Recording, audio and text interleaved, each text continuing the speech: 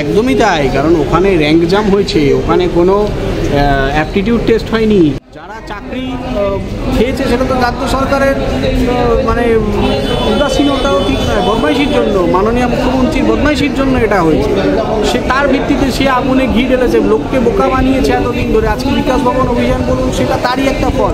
আর কুণাল ঘোষের এগেন্স্টে যে রুল জারি হয়েছে, কুণাল ঘোষ পরবর্তীকালে গ্রেপ্তার হওয়ার সন্নিকটে।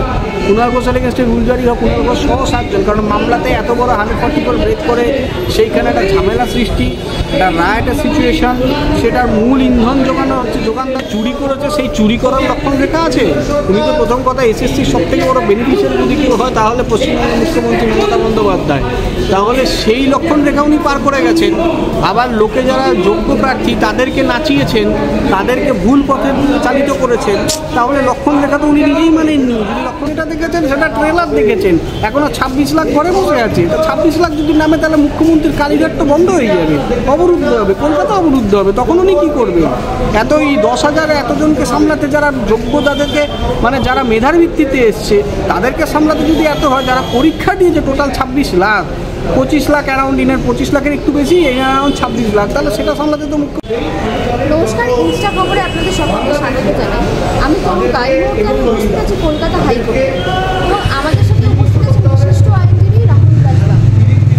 আচ্ছা, হাইকোর্টে, কলকাতা হাইকোর্টে কুণাল ঘোষের বিরুদ্ধে একটি রুল জারি করলো, সেই বিষয়ে যদি আপনি কিছু বলেন আমাদেরকে। বেসিক্যালি যে আমাদের মতো আইনজীবীদের ওপর যে হামলাটা হয়েছিল, সেই হামলার প্রতিবাদে আমরা এবং জাস্টিস বিশ্বজিৎ বসুর এজলাসে বিশ্বজিৎ বসুকে যে কটূক্তি করা হয়েছিল এবং আমাদের সিনিয়র আইনজীবী বিকাশ চন্দ্র ভট্টাচার্য, ফিরদৌস সামিম এবং আমাদের নামে যে পুষ্পতলিকা পড়ানো এবং জুতো বোতল ছোড়া হয়েছিল, তার ভিত্তিতে কালকে যে রুল জারি হয় তার ভিত্তিতে প্রথমে অ্যাটেনশন মোশন আনানো হয় এবং তার ভিত্তিতে কুণাল ঘোষ সহ 7 জনের বিরুদ্ধে রুল জারি করা হয়। এই রুল জারি করাটা মানে একটা দৃষ্টান্ত যে হাইকোর্টের অভ্যন্তরে কেউ কোনো রকম অসভ্যতা, মানে 144 ব্রেক করে কখনো কোনো রকম অসভ্যতা করা যাবে না, এটা একটা দৃষ্টান্ত স্থাপন হলো। এবং পরবর্তীকালে কুণাল ঘোষের এগেন্স্টে পুলিশ রিপোর্ট আমি জানি না কী দিয়েছে, পুলিশ রিপোর্ট আমি হেয়ার স্ট্রিট থানা থেকে পুলিশ রিপোর্ট কী দেওয়া হয়েছে সেটাও আমি জানি না, এবং প্রত্যক্ষভাবে না, এটা প্রত্যক্ষ মানে ডিরেক্টলি কুণাল ঘোষের ইন্ধনে এটা হয়। কারণ যে লোকটা হাইকোর্টে দাঁড়িয়ে সে সময় বলেছিল হাতে AK-46 তুলে নেব, চাকরি খেয়েছে বিকাশ চন্দ্র ভট্টাচার্য, ফিরদৌস সামিমরা, চাকরি তো তারা খায়নি। প্রথম কথা চাকরি তো তারা 10,000 সুপ্রিম কোর্ট অন রেকর্ড আছে যে মামলা করে 10,000 চাকরি পাইয়ে দেওয়া হয়েছে। যারা চাকরি খেয়েছে সেটা তো রাজ্য সরকারের মানে উদাসীনতাও ঠিক নয়, বদমাইশির জন্য, মাননীয় মুখ্যমন্ত্রীর বদমাইশির জন্য এটা হয়েছে। সে তার ভিত্তিতে সে আগুনে ঘি ঢেলেছে, লোককে বোকা বানিয়েছে এতদিন ধরে। আজকে বিকাশ ভবন অভিযান বলুন, সেটা তারই একটা ফল। আর কুণাল ঘোষের এগেন্স্টে যে রুল জারি হয়েছে, কুণাল ঘোষ পরবর্তীকালে গ্রেপ্তার হওয়ার সন্নিকটে। কুণাল ঘোষের এগেন্স্টে রুল জারি হয় কুণাল ঘোষ সহ 7 জন, কারণ মামলাতে এত বড় 144 ব্রেক করে সেইখানে একটা ঝামেলা সৃষ্টি, একটা রায়টের সিচুয়েশন, সেটার মূল ইন্ধন যোগানো হচ্ছে যোগানদাতা হচ্ছে কুণাল ঘোষ। কারণ তারপরেই এইখানে ঝামেলা হওয়ার পরপরই আপনাদের মনে থাকবে কুণাল ঘোষের অফিসে চলে যায় হামলাকারীরা এবং কুণাল ঘোষের অফিসে গিয়ে তারা একটা গন্ডগোল পাকায়, তারা গন্ডগোল পাকিয়ে কুণাল ঘোষের সাথে প্রেস মিট করে। তার মানে প্রেস মিট করে সে হামলাকারীরা প্রেস মিট করেছে, তার মানে এটা রুল জারি তো অবশ্যই হয়েছে, এটা খুব বৈধভাবেই হয়েছে, এটা খুব ভালো হয়েছে। আচ্ছা, কুণাল ঘোষের বিরুদ্ধে রুল জারি হলো, তবে কুণাল ঘোষের আইনজীবী যেমনটা বলছেন তিনি সেই মুহূর্তে এখানে উপস্থিত ছিলেন না এই বলে দাবি করছেন, তাহলে ওনার বিরুদ্ধে এরকম অভিযোগ কেন আসছে? উনি ওই মুহূর্তে ওখানে না থাকলেও টোটাল ম্যাটারটা তো অপারেট উনি করেছেন। তার সব থেকে বড় প্রমাণ, ময়দানে সেনাবাহিনীরা যুদ্ধ করতে সেনাবাহিনীদেরকে পাঠিয়ে দিয়েছে যে তোমরা লড়ে আসো, লড়ে এসে আমার কাছে রিপোর্ট করো। ঠিক ওরা সেনাও নয়, সেনা বললে সেনাদের নামে মানে সেনাদের গায়ে কালি ছেটানো হয়। চলে গেল, ওরা সিম্পলি বদমাইশি করার জন্য চলে গেল, ওরা সিম্পলি বদমাইশি করার জন্য ওটা করেছে এবং বদমাইশি করে সেটা রিপোর্ট করেছে ওদের যে অবৈধ পিতা কুণাল ঘোষ, তার অফিসে গিয়ে রিপোর্ট। অথচ কুণাল ঘোষের প্রত্যক্ষ মদতেই এটা হয়েছে, সে সেখানে ছিলেন না, অথচ তার ফোন রেকর্ড দেখলে বোঝা যাবে যে সে তার সাথে প্রত্যক্ষভাবে পরোক্ষভাবে হয়তো কেউ ফোনাফোনি করেছে, এটা তার মদতেই হয়েছে।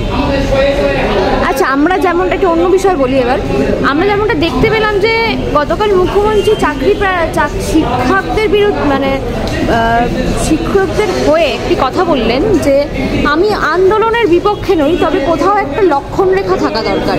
আচ্ছা, মুখ্যমন্ত্রীকে দেখেই তো সবাই আন্দোলন করা শিখেছে, সেখানে এখন উনি এরকম বলছেন? উনি যে চুরি করেছে সেই চুরি করার লক্ষণ রেখা আছে?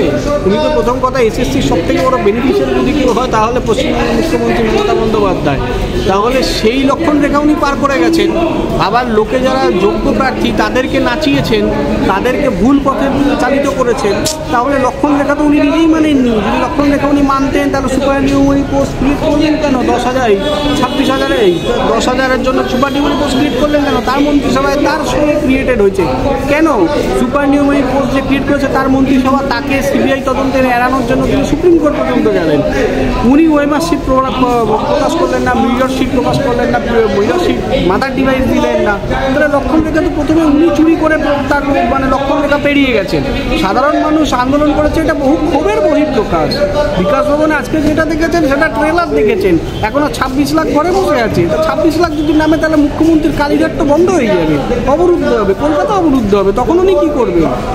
এই 10,000 এতজনকে সামলাতে যারা যোগ্য, তাদেরকে মানে যারা মেধার ভিত্তিতে এসছে তাদেরকে সামলাতে যদি এত হয়, যারা পরীক্ষা দিয়েছে টোটাল 26 লাখ, 25 লাখ অ্যারাউন্ড, ইনের 25 লাখের একটু বেশি, এই অ্যারাউন্ড 26 লাখ, তাহলে সেটা সামলাতে তো মুখ্যমন্ত্রীর পুলিশ ফোর্স অবস্থা খারাপ হয়ে যাবে। তাদের এখনও তো 26 লাখ বাকি আছে, তাদের কি করবেন? আচ্ছা, যেমনটা আজকে কলকাতা হাইকোর্টে 32,000 চাকরির যে মামলাটা আজকে শুনানি রয়েছে, তো ওই মামলাতেও কি একই ফল হতে পারে? এই যে যেমন 26,000-এর চাকরি গেল, এবার কি 32,000-এর পালা? একদমই তাই, কারণ ওখানে র্যাঙ্ক জাম হয়েছে, ওখানে কোনো অ্যাপটিটিউড টেস্ট হয়নি, কিছুই হয়নি, ওটা ডাইরেক্ট প্যানেলে হয়েছে। এখানে যেমন তাও মেরিটের ভিত্তিতে কিছু হয়েছে, ওখানে তো তাও মেরিটের ভিত্তিতে কিছু হয়নি, অ্যাপটিটিউড হয়নি, ওএমআর কিছু হয়নি, নেই কিছু, কোনো রেকর্ড নেই, র্যাঙ্ক জাম হচ্ছে। র্যাঙ্ক জামে মানে টোটাল প্যানেল সেগ্রিগেশনের লিস্ট দিতে পারেনি, সেম কেস হচ্ছে। এসএসসিতে যেই কেস হচ্ছে সেই কেসও 32,000-এ। 32,000 প্যানেল বাতিল, শুধু সময়ের অপেক্ষা। রাজ্য সরকারের মুখ্যমন্ত্রীর বদমাইশির জন্য, শিক্ষা দপ্তরের বদমাইশির জন্য 26,000-ও গেছে, 32,000 শুধু সময়ের অপেক্ষা, বাতিলের শুধু সময়ের অপেক্ষা। যেমন এসএসসিতে group C group D total cancel করেছে সুপ্রিম কোর্ট, এখানে টোটালটাই ক্যান্সেল হবে, পুরোটাই ক্যান্সেল, শুধু সময়ের অপেক্ষা। ধন্যবাদ স্যার।